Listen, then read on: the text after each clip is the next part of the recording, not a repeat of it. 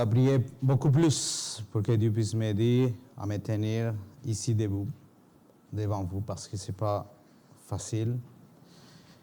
Mais surtout parce que lorsqu'on est ici, il faut que ce soit Dieu qui parle à travers nous. Alors, je vous invite aujourd'hui, avant de commencer, que vous m'accompagniez avec une petite prière, s'il vous plaît. Inclinons la tête. Notre Père, notre Dieu, nous te remercions encore une fois pour la belle journée sabbat que tu nous permets de passer ici ensemble dans ton saint temple. Puisses-tu, Seigneur, nous guider, puisses-tu nous remplir de ton Saint-Esprit et surtout que soit toi qui parles à travers moi et pas moi tout seul. Nous te remercions et nous te prions au nom de ton Fils Jésus. Amen, Seigneur. Amen. Là, tantôt, on voyait qu'il parlait de la puissance du Saint-Esprit. Une personne qui a décidé de commencer de quoi, puis avec l'aide de Dieu, avec l'aide du Saint-Esprit. Maintenant, on a plusieurs endroits où la parole de Dieu est écoutée. On parle de miracles aussi.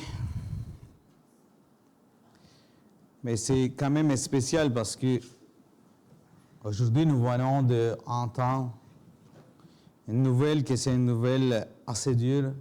C'est la perte d'un père, d'un mari, une personne qui c'est la tête d'une famille. Mais on vient présenter un enfant devant Dieu. Alors, en 1984, un enfant de 5 ans a été diagnostiqué avec une maladie très rare. Le nom, c'est tellement difficile que moi, j'ai pris juste le petit mot ALD. Peut-être quelqu'un parmi vous déjà connaissait l'histoire, peut-être non. Ces maladies étaient incurables. Elles s'attaquaient le système nerveux. Et une fois diagnostiqué, le maximum de vie qui lui restait était environ 24 mois. Petit à petit, il commence à se dégrader devant les yeux de ses parents. Il perd la capacité de parler. Il perd la capacité de marcher. Il devient aveugle, etc. Alors les parents, ils commencent à chercher de l'aide, mais malheureusement, personne ne pouvait les aider. Il n'existait pas de médicaments, de la thérapie, rien contre ces maladies. Donc les parents ont décidé de tout abandonner, même leur travail, pour trouver une solution pour sauver leur fils. Maman et papa ils ont commencé à passer du temps en lisant des livres en médecine, à essayer de comprendre comment ça marchait le corps humain. Qu'est-ce qu'ils pouvaient faire pour que l'enfant soit si malade?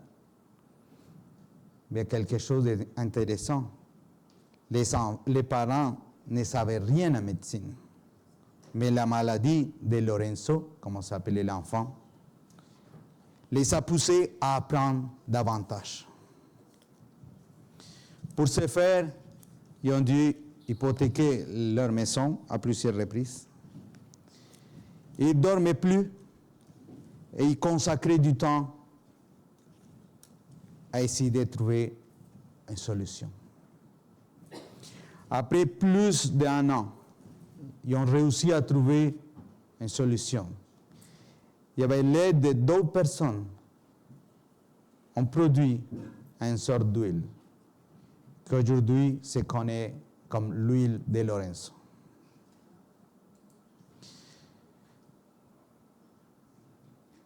Malgré la bonne nouvelle, l'enfant, il y avait déjà des séquelles de la maladie. Mais ils ont quand même réussi à arrêter la maladie. Et finalement, Lorenzo a décédé à l'âge de 30 ans. Ils lui ont donné 29 ans de plus de vie. pas dans la meilleure condition, mais quand même, ils ont réussi à lui donner plus de vie sur cette terre. Mais ils ne sont pas restés avec ces bonnes nouvelles. Ils l'ont partagé. Ils l'ont donné à d'autres enfants qui avaient la même maladie. Et ces enfants ont été sauvés et guéris de ces maladies. Alors moi, aujourd'hui, est-ce que j'attends quelque chose qui arrive dans ma vie pour que je puisse consacrer du temps à la parole de Dieu? Est-ce que j'attends que quelque chose m'arrive pour que je puisse partager la bonne nouvelle? C'est quand que je serai prêt à tout abandonner pour consacrer du temps et approfondir la parole de Dieu et la partager. La parole de Dieu n'est pas pour une vie temporaire ici sur terre, c'est pour une vie éternelle. Là, comme vous le savez déjà, c'est pas moi qui va parler, c'est la parole de Dieu. Alors, allons lire plusieurs versets dans la Bible. Puis je vous dirai, il y en a beaucoup. Alors, commençons avec Matthieu 9. On va voir qu'est-ce que ça nous montre la Bible par rapport aux malades, aux maladies. Matthieu 9, versets 32 et 33. Matthieu 9, versets 32 à 33. Ça dit ceci. Comme il s'en allait, voici, on amena à Jésus un démoniaque muet. Les démons ayant été chassés, les muets parla, et la foule étonnée disait, jamais pareille chose ne s'est vue en Israël. Lisons aussi Matthieu 12, versets 22 à 23. Matthieu 12, versets 22 à 23. Ça dit ceci. Alors, on lui amena un démoniaque qui est aveugle et muet. Et il les guérit de sorte que les muets parlaient et voyaient. Toute la foule étonnée disait, n'est-ce point là les fils de David? On voit quoi dans ces versets-là? On voit des muets qui ont été guéris. Lisons Marc 2, versets 3 à 5. Marc 2, versets 3 à 5. Ça dit ceci. Des gens viennent à lui, amenant un paralytique porté par 4 hommes. Comme il ne pouvait l'aborder à cause de la foule, ils découvrirent les toits de la maison où il était, et ils descendirent par cette ouverture les lits sur lesquels les paralytiques étaient couchés. Jésus, voyant leur foi, dit aux paralytiques, « Mon enfant, tes péchés sont pardonnés. » Et vous connaissez la suite des choses.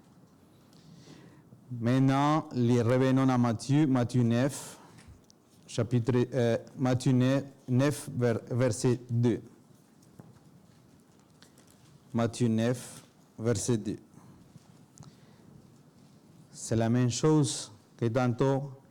Et voici, on lui amena un paralytique couché sur son lit. Jésus, voyant leur foi, dit au paralytique, « Prends courage, mon enfant, tes péchés te sont pardonnés. » Lisons aussi Matthieu 8, versets 5 à 13. Matthieu 8, versets 5 à 13.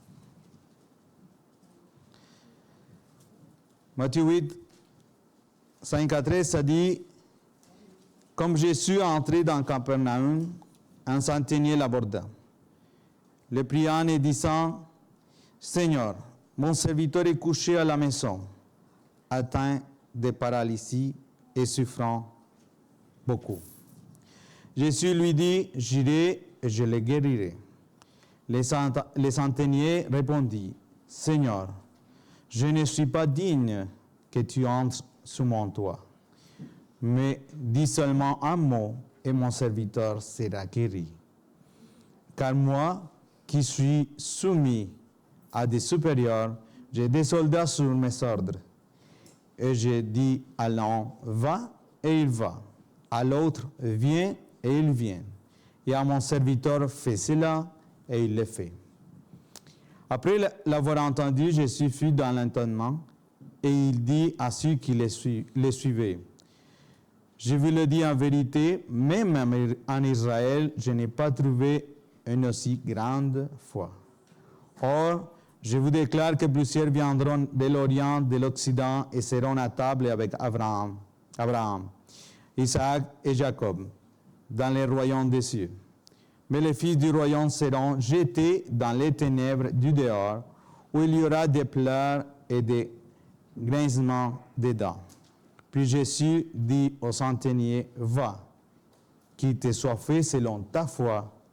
Et alors même le serviteur fut guéri. On en trouve des paralytiques, des personnes qui ne pouvaient plus bouger, mais que les gens autour des autres sont allés chercher Jésus pour qu'il puisse être guéri. Maintenant, on va voir d'autres exemples de gens aveugles. Matthieu 9, versets 27 à 29. Matthieu 9, 27 à 29. Étant parti de là, Jésus fut suivi par deux aveugles qui criaient « Aie pitié de nous, fils de David ». Lorsqu'il fut arrivé à la maison, les aveugles s'approchèrent de lui et Jésus leur dit « Croyez-vous que je puisse faire cela ?»« Oui, Seigneur, lui répondirent-ils. Alors, il leur toucha les yeux en disant « Qu'il vous soit fait selon votre foi. » Lisons encore un autre, Jean 9. Jean 9.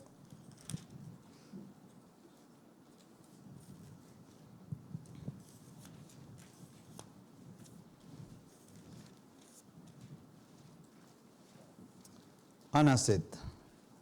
Jean 9, 1 à 7. Ça dit ceci. Jésus vit en passant un homme aveugle de naissance.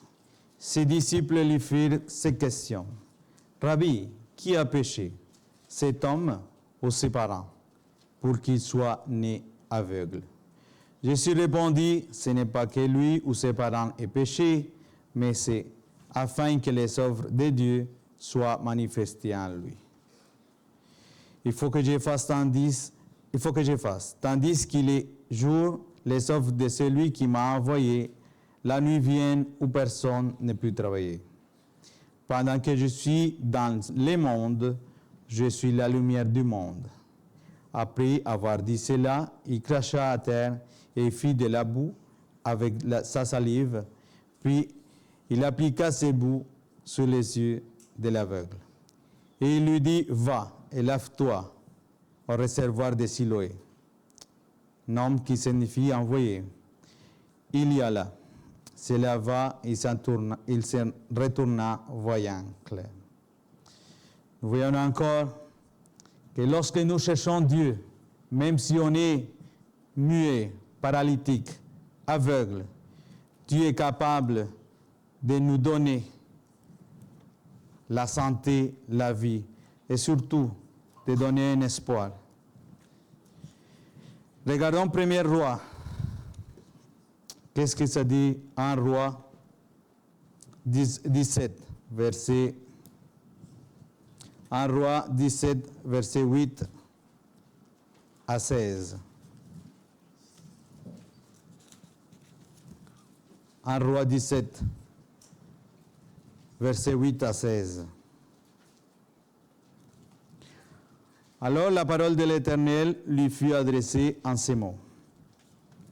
Lève-toi, va à Sarepta, qui appartient à Sidon, et demeure là.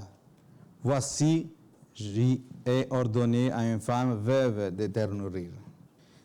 C'est là que Dieu lui parle au prophète Élie. Verset 10 dit, il se leva et il alla à Sarepta. Comme il arriva à l'entrée de la ville, voici, il y avait là une femme veuve qui ramassait du bois. Et il l'appela et dit, va me chercher, je t'ai pris, un peu d'eau dans son vase afin que je boive. Et il alla en chercher. Il appela de nouveau et dit, apportez-moi, je t'ai pris un morceau de pain dans ta main. Elle répondit, l'Éternel ton Dieu est vivant. Je n'ai rien de cuit, je n'ai qu'une poignée de farine dans un pot et un peu d'huile dans une cruche. Et voici, je ramasse 2 morceaux de bois, puis je rentrerai et je préparerai cela pour moi et pour mon fils. Nous mangerons, après quoi nous mourrons. Élie lui dit, ne crains point, rentre, fais comme tu as dit. Seulement prépare-moi d'abord avec cela un petit gâteau et tu me l'apporteras. Tu en feras ensuite pour toi et pour ton fils. Car ainsi parle l'Éternel, le Dieu d'Israël. La farine qui est dans les pots ne manquera point, et l'huile qui est dans la cruche ne diminuera point, jusqu'au jour où l'Éternel fera tomber de la pluie sur la face du sol. Elle alla, elle fit selon la parole d'Élie. Et pendant longtemps, elle eut de quoi manger, elle et sa famille aussi bien qu'Élie. La farine qui était dans le pot ne manquait point, et l'huile qui était dans la cruche ne diminua point, selon la parole que l'Éternel avait prononcée par Élie.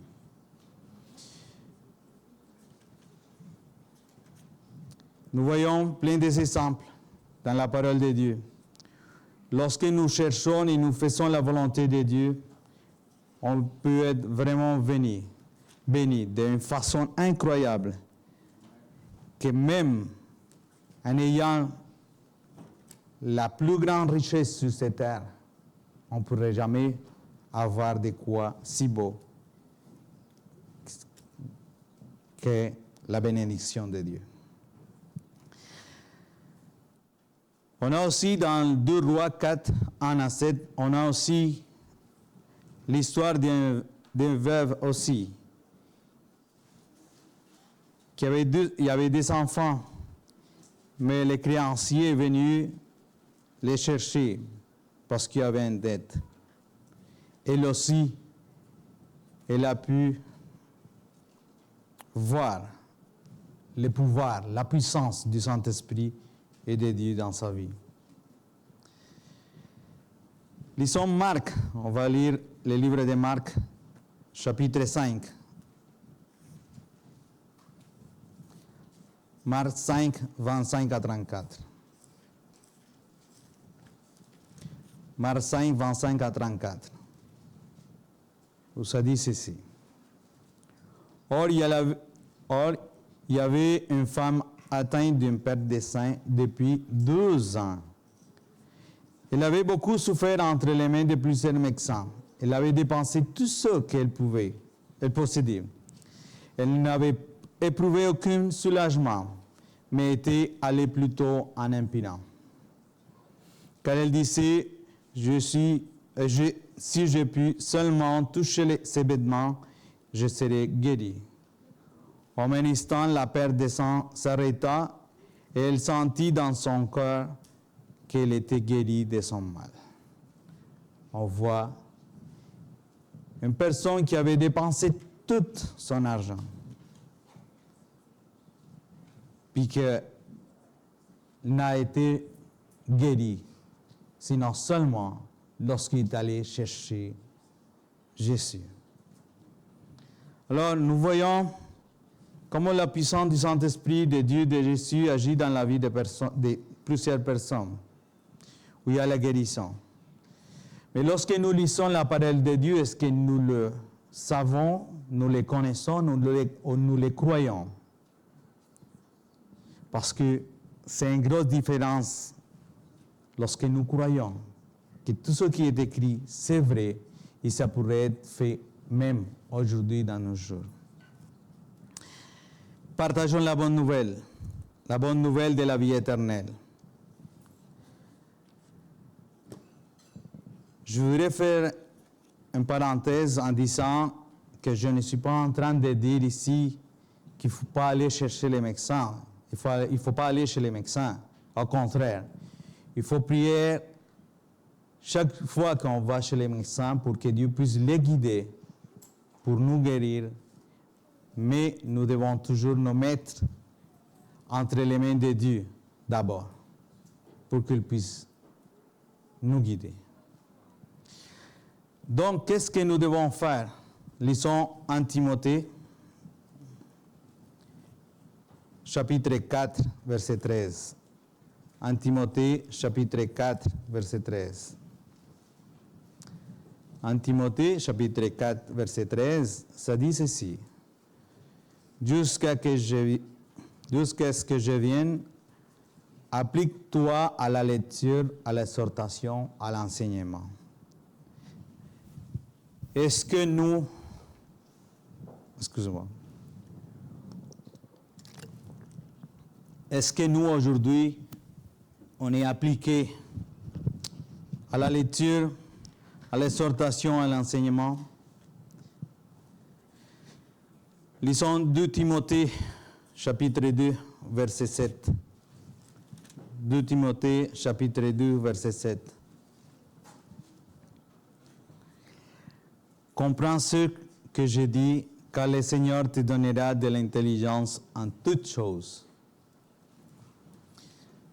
Alors, comme nous venons de voir dans l'histoire des parents de Lorenzo, ces parents qui n'avaient aucune connaissance en médecine,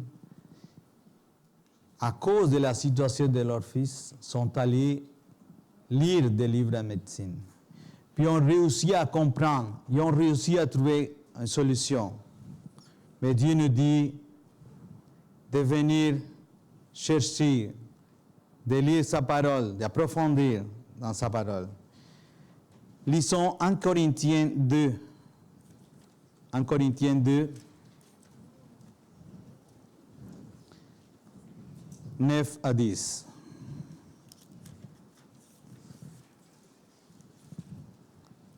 1 Corinthiens 2, 9 à 10. Où ça dit ceci. Mais comme il est écrit, ce sont des choses que l'œil n'a point vues, que l'oreille n'a point entendues, et qui ne sont point montées au cœur de l'homme. Des choses que Dieu a préparées pour ceux qui l'aiment. Dieu nous les a relevées par l'Esprit, car l'Esprit sont toutes, même les profondeurs de Dieu. Alors, pour que nous puissions avoir la connaissance de la parole de Dieu, nous devons chercher d'abord lui et approfondir dans sa parole. Mais ce n'est pas juste de lire, c'est aussi d'avoir des expériences dans notre vie. Pour finir, je vais vous raconter une histoire vraie.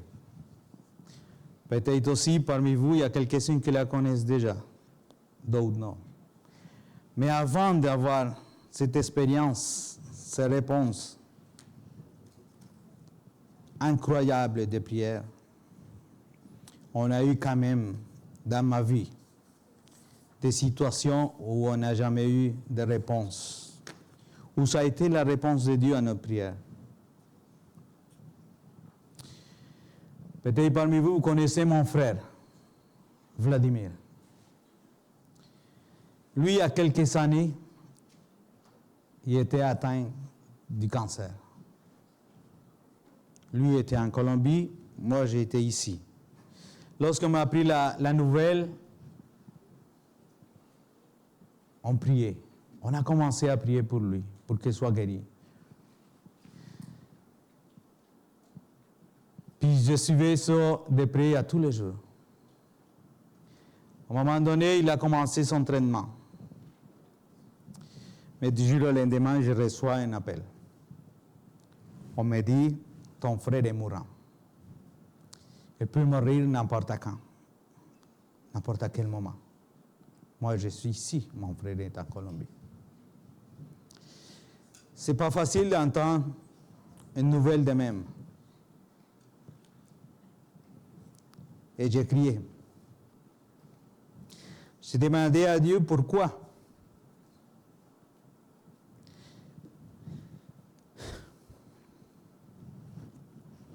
j'appelle Marie-Inès, je dis, mon frère est mourant en Colombie. Je dois partir tout de suite. On a pris un billet d'avion, j'ai pris un billet d'avion de dernière minute pour aller voir mon frère. Et avant de partir, j'ai dit, Seigneur, permets-moi que je puisse aller en Colombie pour revenir avec de bonnes nouvelles, pas avec de mauvaises nouvelles. Et je suis parti en Colombie. Je suis arrivé là-bas, j'arrive à l'hôpital, mon frère il était comme un végétal.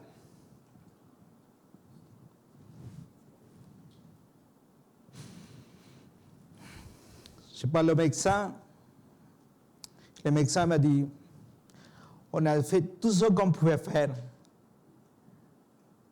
en tant qu'être humain, selon la science, selon toutes les choses qui existent aujourd'hui dans le monde, pour sauver sa vie. On ne peut rien faire.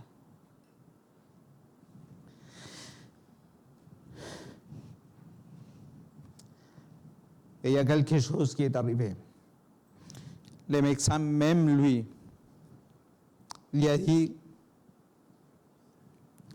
mais ce n'est pas nous que nous avons les derniers mots.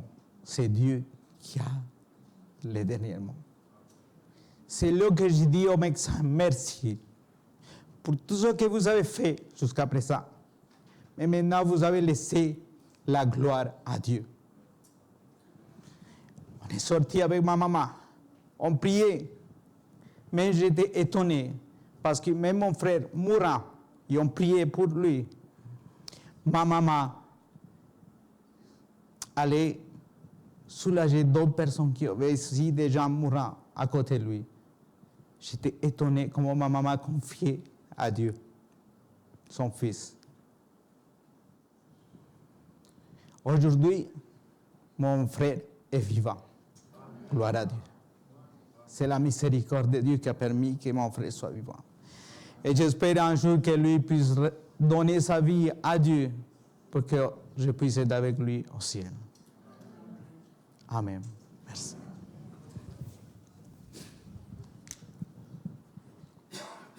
On va chanter. Notre Père, notre Dieu, nous te demandons que tu puisses nous aider à passer du temps en lisant ta parole de Dieu, en lisant ta parole, Seigneur. Que nous puissions approfondir, que nous puissions être touchés par ton Saint-Esprit. Que nous puissions vivre des expériences, malgré les difficultés, malgré que des fois nous avons des choses qui arrivent dans nos vies qui sont difficiles. Mais Seigneur, nous savons que en toi nous avons la victoire. En toi nous avons la vie éternelle. Puisses-tu nous aider à partager ta parole. Puisses-tu nous aider à continuer de l'avant. Même si on a des difficultés, même si nous ne voyons pas la lumière, aide-nous, parce que sans toi, nous ne pouvons pas y arriver. Fortifie-nous, aide-nous. Nous te prions et nous te demandons tout cela au nom de ton Fils Jésus. Amen, Seigneur.